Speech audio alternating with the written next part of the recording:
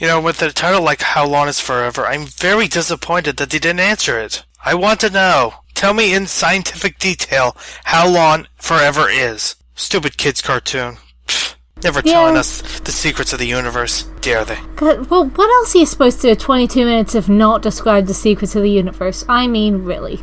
Actually, I can't even pretend to be annoyed at this episode because it was a smorgasbord of all my favourite things. Starfire, time travel, bad future, terrible, terrible hairstyles on Nightwing.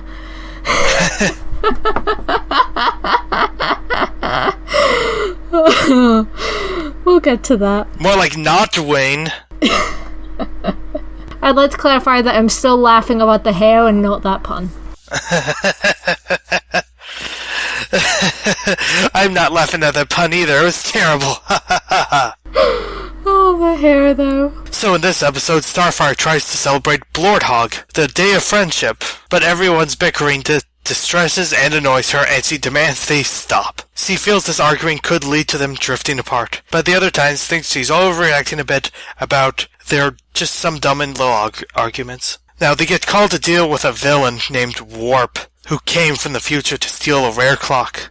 Ironic? I don't know.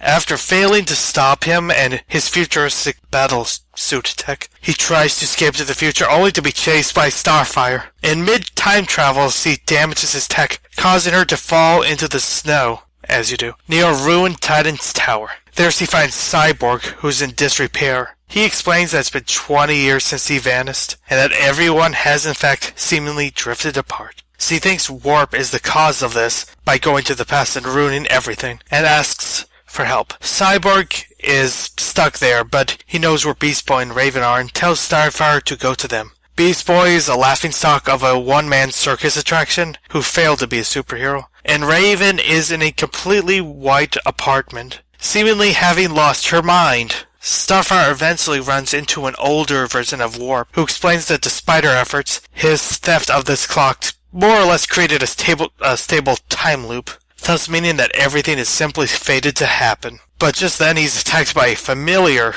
yet unknown figure, before Warp escapes. This figure is Robin, but now he goes by Nightwing. And I think this is the first time I actually saw Nightwing in any form. So that was actually a new thing for me, whereas I'm sure for you it was like, as soon as I saw the ninja shadow with terrible hair, I knew it was Nightwing. Yeah. Nightwing doesn't agree with this fate nonsense, and decides to call the Titans while they go after Warp. They find him, and at first it is a bit too much of a match, but one by one, the other Titans come in to save the day. When Warp tries to escape again, Nightwing uses a projectile weapon to cut through Warp's own projectile and destroy part of his suit, reverting him to a baby, because reasons. Time travel reasons. I kinda get why that maybe makes sense, but it's weird. Regardless, Nightfire gives Starfire the clock and sends her back regardless of her fears. She ends up back right after when she left, and feels confident that the clock returning disproves Warp's theory. Starfire ends up explaining to the Titans what happened in the future, but they are confident that the future can be changed. Afterwards, they decide to celebrate this Friendship Day with Starfire, and that ends the episode there. Yeah, so this episode had things, and many of them. Like I said, a lot of them my favorite things. I'm always so for Starfire-centric episodes, so I knew I was going to like this episode in about 0.5 seconds. I feel it's a very visible upgrade to the animation budget for this season. Yeah, there probably is, more or less. And then, time-traveling villain turns up, and Starfire ends up going into the future, so we've got time travel, which I always love if it's done intelligently. And in this case, it's interesting that, the villain is basically a time traveler who's just running on stable time loops, basically. Yes. So, the thing that maybe gets me out of this episode is, because of the short run time, a lot of stuff is very quickly skimmed over. Like, there's not a lot of time spent on Starfire going, the future is inevitable. Not a lot of time? I'm just trying to lighten the mood. Yeah. But, I mean, there's not a lot of angsting about that before Nightwing is like, nah, let's change the future. Past. Whatever. Fuck time. And haircuts. Yeah. I do enjoy that we get to see Robin as Nightwing in this. I was kind of sad that she didn't go 100 years into the future, because I thought that was what was going to be, but 20 years is also fun. I do want to know why Robin has apparently only aged, 10 years, whereas Cyborg and Beast Boy both look like they're in their 60s or something? I don't know. What is your aging regimen, kid? How? Yeah, I don't know. And yeah, I was also included, like, is this an all-around bad future, or is it just Raven, Cyborg, and Beast Boy are having a bad time? Like, why is everything snowy? Is it just winter? Why are painful head spikes the fashion of the future? That's why I want to know. Nobody Seriously. knows, because the future, again, is not explored very much. I feel like those kids with the head spikes kind of look like background characters from Batman Beyond, so that might have been the kind of aesthetic they're going for. Maybe. You know, so I had a lot of my favorite things, it just skimmed over a lot of them very, very quickly. For the sake of to keep the plot moving so that Starfire is going back to change the past. Yes. And also, yeah, apparently they all just drifted apart and their lives are terrible now, but they all come back very, very quickly as soon as they see the Titans thing beeping again, and it's, again, not very clear why. Friendship? Question mark. Like, potentially seeing Starfire earlier got them to respond to the beacon when they wouldn't have otherwise, is my best guess. But, maybe. Yeah, that was a bit quick. Yes. But, I mean, pacing issues aside, I quite enjoyed this one. I want to celebrate Blorthog now. I want to know what day it is. We need to celebrate Blorthog. I'm gonna guess it's in early March. Don't know why, just a guess. We can celebrate that. Oh, poor Starfire. She's trying to celebrate a Tamarinian festival of friendship, and just everyone's either ignoring her, just straight up not hearing her, because Raven's trying to just focus on her book, and Cyborg and Beast Boy are yelling at each other controls, and Robin is apparently just having a glaring contest with the radio. And just like, at one point he's arguing Beast Boy and Cyborg, is like, you're so loud, I can't work! And it's like, Robin, you're not working, you're glaring at the radio. I don't know. That's one of those things that, like, worked against all odds, is how I would put it. Yeah, like, that's more or less what it is, because one, it was supposed to be kind of dumb, and two, because we're unequivocally on Starfire's side at this point. Yeah, this point in the episode, you're completely on Starfire's side, if she's just being disappointed that, you know, all her friends are having all of these stupid, petty arguments and completely ignoring her, which is just rude. I think that might have been my favorite thing of the episode, though, is just her constant expressions during that scene. Like, she's trying so hard to be happy, but she can't help but be just really, really annoyed at this. Yeah. Her and also Raven's reactions to things were my favourite part, just like, great, yes. Robin, more yelling will definitely stop all the yelling. Like, I loved all her expressions during this, like, they were great.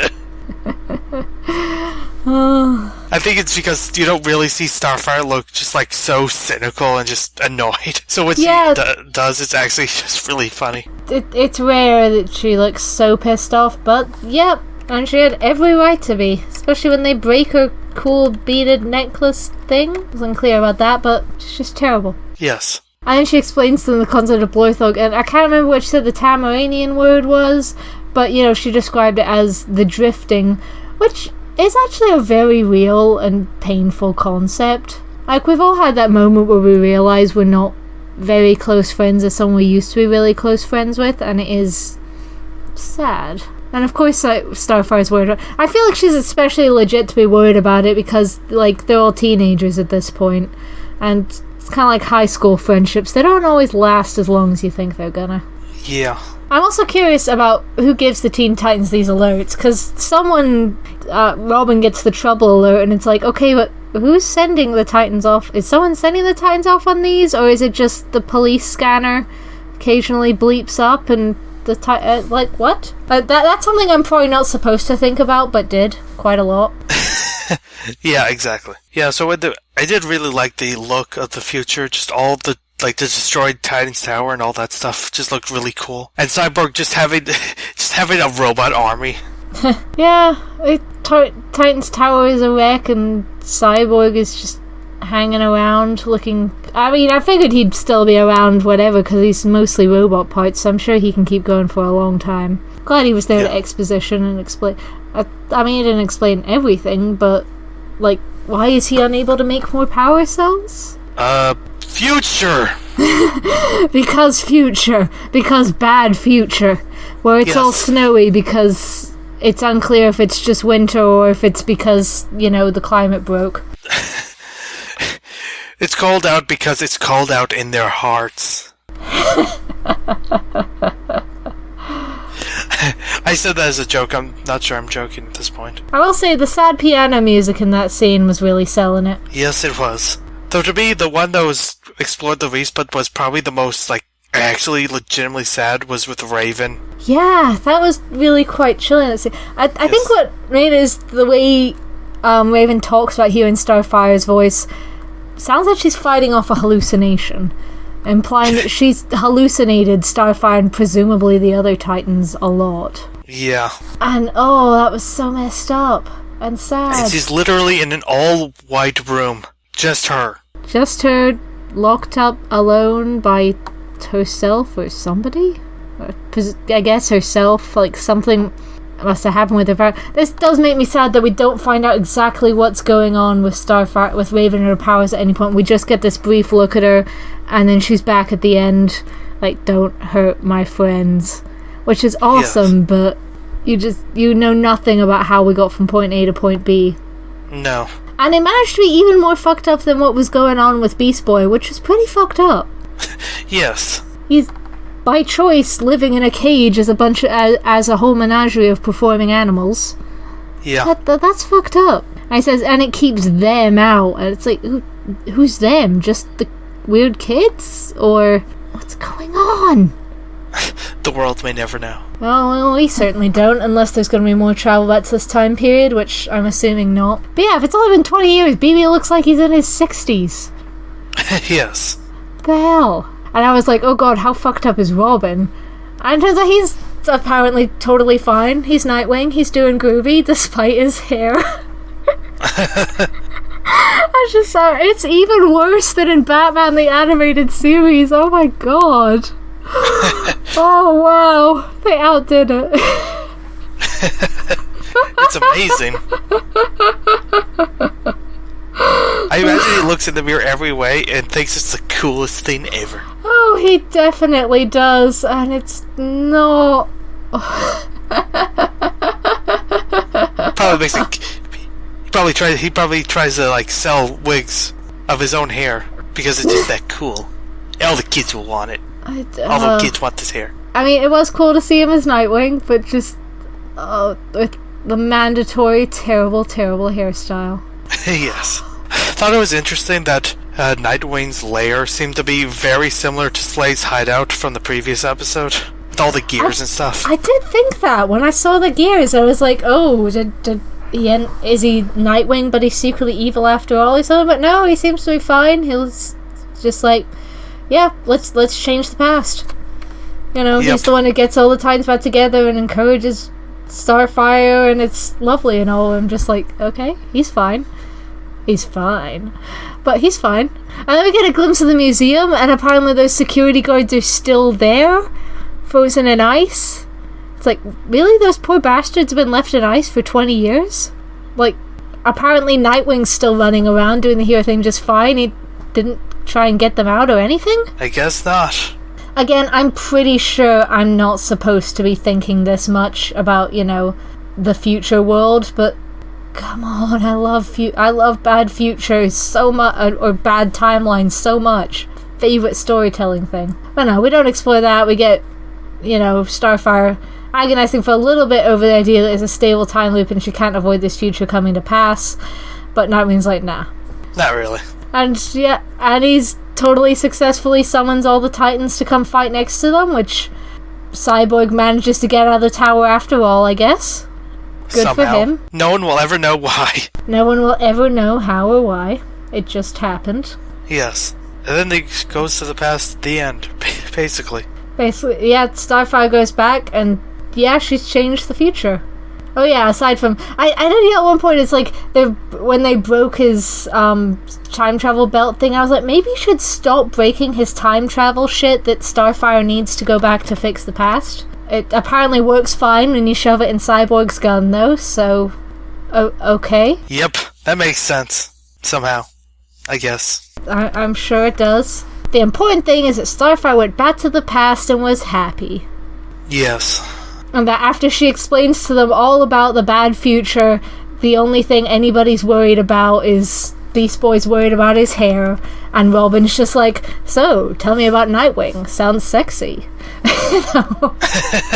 Yeah, it's just, like, I had a lot of my favorite things, and I don't think they were done badly. It's just done very, very quickly.